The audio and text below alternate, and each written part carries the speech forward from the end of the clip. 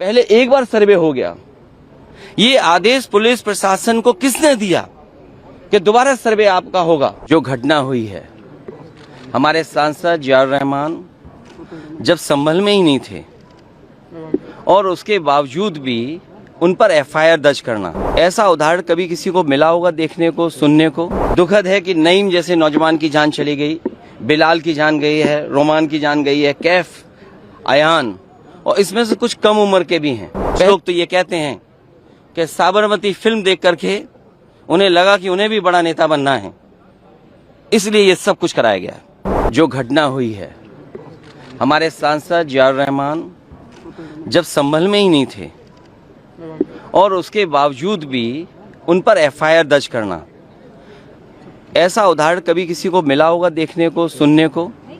एक police officer ये कह रहा हो कि नेता बनना छोड़ दो, नेताओं का सहारा लेना छोड़ दो, किसके लिए भाषा थी वो? और मैं ये कहना चाहता हूँ, हालांकि सब जानकारी आपके पास है, दुखद है कि नईम जैसे नौजवान की जान चली गई, बिलाल की जान गई है, रोमान की जान गई है, कैफ, अयान, और इसमें से कुछ कम उम्र के भी हैं। मुझे याद है जब मैं लखनऊ में प्रेस कर रहा था, उस समय जो जानकारी थी और जो जानकारी छिपाई जा रही थी, जब वहां पर लोकल स्तर से जानकारी हासिल हुई, तब मैंने कहा कि नईम की जान गई है और पुलिस की गोली से गई है। आप लोगों पे सब वीडियोस हैं, आप लोगों पे जगह जगह से वीडियोस मिले हैं, कवरेज है पूरा का पूरा कराया गया ये दंगा है।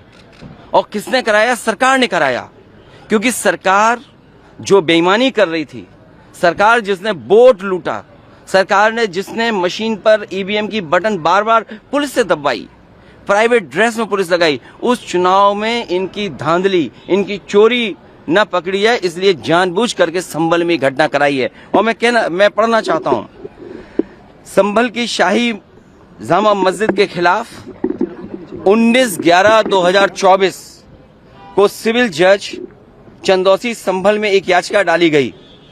कोर्ट ने दूसरे पक्ष की सुने बगैर उसी दिन 19/11/2024 को सर्वे के आदेश दे दिए। ताज्जुब तो इस बात का है कि ऑर्डर मिलने के बाद ही संभल के जिलाधिकारी, संभल के पुलिस अधीक्षक आदेश को पढ़े बगैर 2 घंटे बाद ही सर्वे के लिए पुलिस बल के साथ शाही जामा मस्जिद पहुंच गए। जामा मस्जिद की कमेटी, जनप्रतिनिधि, उलेमा इकराम, सभी अधिवक्ताओं ने सहयोग दिया। जिस समय पहली बार सर्वे हुआ है और कोर्ट के आदेश के बाद पूरा का पूरा सहयोग, जो भी वहां जिम्मेदार लोग थे, जो भी जिम्मेदार वहां पर मौके पे थे, सबने सहयोग किया। जिलाधिकारी संभल और पुलिस अधीक्षक संभल ने 2.5 घंटे सर्वे के बाद कहा, अब सर्वे पूरा हो चुका है और अब रिपोर्ट कोर्ट को भेज दी जाएगी। दिनांक 22/11/2024 फ्राइडे को जुम्मे की नमाज के लिए लोग नमाज अदा करने के लिए जामा मस्जिद पहुंचे, लेकिन पुलिस प्रशासन ने बैरिकेडिंग लगा दी ताकि लोग नमाज न पढ़ सकें। उसके बाद भी लोगों ने संयम बरता, नमाज अदा की और किसी प्रकार का विरोध प्रदर्शन नहीं हुआ, किसी तरह की विरोध नहीं हुआ। 29 तारीख को कोर्ट की अगली तारीख तय थी। शाही जामा मस्जिद की कमेटी और मुस्लिम समाज के सभी लोग कोर्ट के केस की पैरवी के लिए तैयारी कर रहे थे, परंतु दिनांक 23 तारीख को रात पुलिस प्रशासन द्वारा कहा गया कि 24 तारीख को यानी अगले दिन सुबह को दोबारा सर्वे किया जाएगा। आखिरकार पहले एक बार सर्वे हो गया।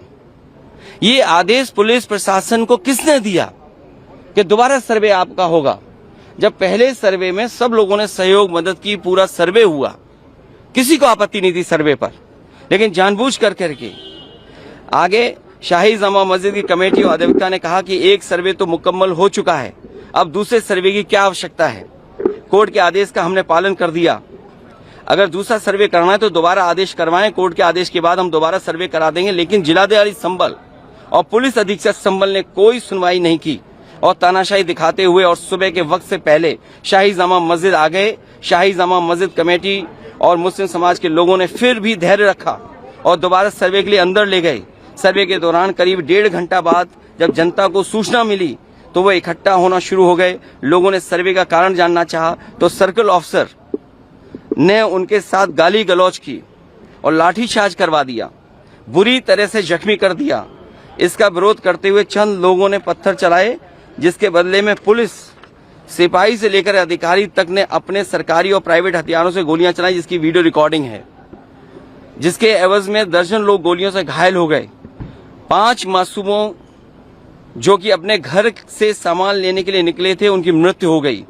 संभल का माहौल बिगाड़ने में याचिका दायर करने वाले लोगों के साथ पुलिस और प्रशासन के लोग जिम्मेदार हैं। इनको निलंबित किया जाना चाहिए और हत्या का मुकदमा चलाया जाना चाहिए, जिससे कि लोगों को इंसाफ मिल सके और आने वाले समय में कोई इस प्रकार की संविधान के खिलाफ गैर कानूनी घटना को अंजाम न दे जा सके। और बीजेपी के लोग ये कह रहे हैं कि संभल को बांग्लादेश बनाना चाह रहे हैं। देखिए, अगर आप बीजेपी की बात मानोगे तो गड्ढे में गिरोगे जाके, बीजेपी की बात मानोगे तो खाई में गिरोगे। बीजेपी वालों से पूछिए, क्या चुनाव कराया था आपने उत्तर प्रदेश में? कोई ऐसा मुसलमान भाई नहीं था जिसको इन्होंने रोका ना हो। लाठी से, बंदूकों से गाली गलौज की इन्होंने। हम लोग लगातार कहते रहे और फिर बीजेपी के पास जवाब क्या? जब चुनाव आयोग को शिकायत की गई तो चुनाव आयोग ने खाना पूर्ति कर करके कुछ अधिकारियों के खिलाफ कार्रवाई की। क्या ये बता सकते हैं क्यों कार्रवाई हुई थी उनके ऊपर? क्या वोट रोकने का अधिकार था? क्योंकि वोट लूटने पे चर्चा न हो। ये लोग लूटने वाले लोग हैं, इनके लिए लोग कोई मायने नहीं रखते, लोग मायने नहीं रखते। इन्होंने तंत्र से समर्थन लिया और तंत्र से ही अन्याय कर रहे हैं। उनका सीधा साधा फार्मूला है, पहले वो अन्याय करते हैं, अगर आप अन्याय का विरोध करोगे तो आप उन्हीं के अधिकारी आपके खिलाफ तमाम मुकदमे दर्ज करा देंगे। क्या जियाउल इस्लाम वहां थे? हमारे विधायक वहां थे, सांसद थे क्या वहां? जियाउर रहमान, कोई बता दे।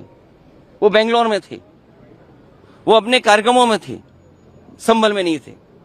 और ये तो उत्तर प्रदेश के बारे में आपको नहीं पता। आप में से सब उत्तर प्रदेश के लोग हैं। अगर प्रेस के लोग भी सच दिखा दें तो उन पे भी कार्रवाई हो जाती है। और मैंने अपनी प्रेस कॉन्फ्रेंस में कहा था कि बीजेपी के नेता ने कपड़े उतार करके प्रेस को मारा था, पूरे कपड़े उतार दिए थे। क्या कार्रवाई हुई बताइए आप? क्या प्रेस के लोग सुरक्षित हैं यूपी में? और अपना चुनाव जो लूटा है उसको छिपाने के लिए इन्होंने, सरकार ने जानबूझ करके किया है। कुछ लोग तो ये कहते हैं कि साबरमती फिल्म देख करके उन्हें लगा कि उन्हें भी बड़ा नेता बनना है, इसलिए ये सब कुछ कराया गया।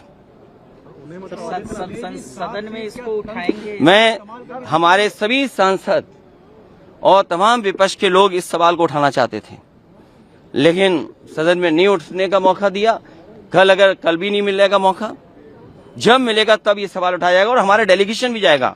वहां के लोगों के दुख दर्द परेशानी, और फिर सरकार के हाथ में सब कुछ है। अज्ञात में नाम डाल दिए। मैं आपको याद दिलाना चाहता हूं, कानपुर में जब दंगा हुआ था, अज्ञात में नाम लिख करके बड़े पैमाने पर पुलिस ने अन्याय किया था। पुलिस ने लूटा था पैसा और पुलिस अधिकारी को उन्हें हटाना पड़ा था, और यही आरोप था उन पर कि उन्होंने पैसा ज्यादा लूट लिया। अब बोल दिया, इसके बाद क्या बोलेंगे?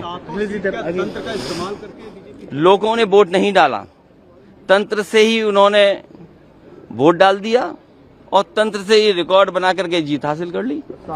आज आप लोग इस मामले को लेकर आदित्यनाथ जी की तरफ इशारा है आपका? साबरमती सरकार करा रही है। और आपको बहराइच का नहीं पता, उन्हीं के विधायक ने बीजेपी के अपने कैडर के ऊपर एफआईआर लगाई, और एफआईआर में देखिए धाराएं क्या लगी हैं।